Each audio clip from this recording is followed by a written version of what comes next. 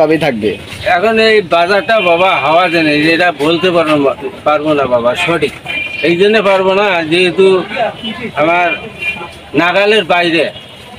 আচ্ছা আচ্ছা, সুপ্রিয় দর্শক আসসালামু আলাইকুম।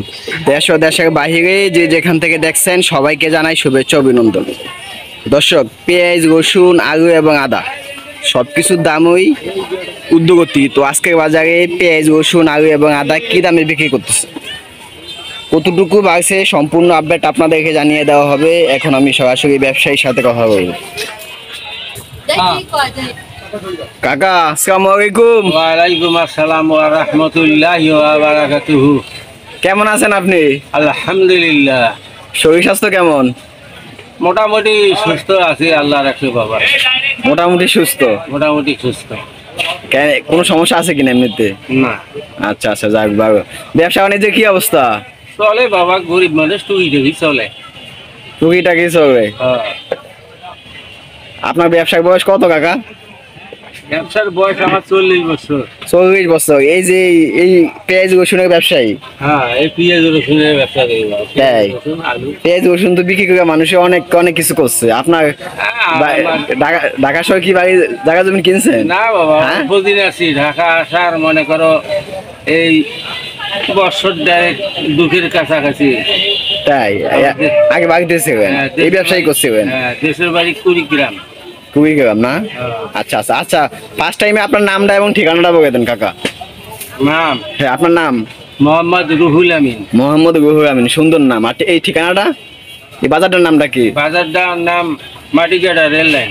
আচ্ছা, পেঁয়াজ রসুনের দাম তো অনেকটা বাড়তি না কাকা? বাড়ছে বাবা। আচ্ছা আচ্ছা, এই যে পেঁয়াজটা আজকে কত করে দিতেছেন? এটা 80 টাকা খুচরা বেচতেছি বাবা। 80 টাকা খুচরা বিক্রি করতেছেন? অনেক কিছু বাড়ছে। অনেক বাড়ছে। গত সপ্তাহে তো মানে 70 টাকা বিক্রি করছিলেন না? গত সপ্তাহে 70 টাকা বিক্রি করছি। এক সপ্তাহ ব্যবধানে 10 টাকা বাড়ছে। 10 টাকা বাড়ছে। সামনে তো ঈদ। সামনে ঈদ, পেঁয়াজ তো আরো বেশি প্রয়োজন হইব। হইতেও পারে বাবা। এটা কি মনে হয়, দাম আরো বাড়বে? বাড়তেও পারে, এটা কমতেও পারে, এটা ঠিক ঠিকানা নাই বাবা, কাঁচা মাল তো। তাই? আচ্ছা আচ্ছা, রসুন কত করে দিতেছেন আজকে? রসুন 60 টাকা পোয়া বিক্রি করবে লাগছি। 60 টাকা পোয়া, 240 টাকা কেজি?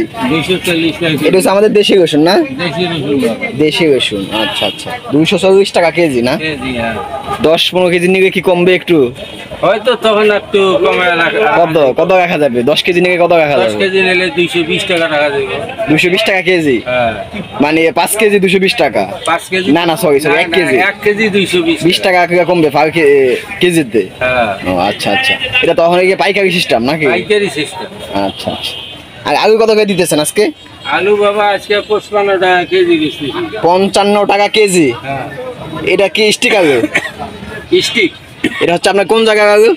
এটা 9 মাইল একটা জায়গা আছে, ওইখানকার আমাদের মহাজনেরা আনে, তার কাছ থেকে আমরা নেই বাবা। আপনারা নেন কোথায় থেকে আলু? এইখানে আশেপাশে মনে করো এক আওরত আছে, মহাজন আছে, তার কাছ থেকে নেই। তাই? এই বাজার থেকে? হ্যাঁ, এই বাজারে পশ্চিম দিকে।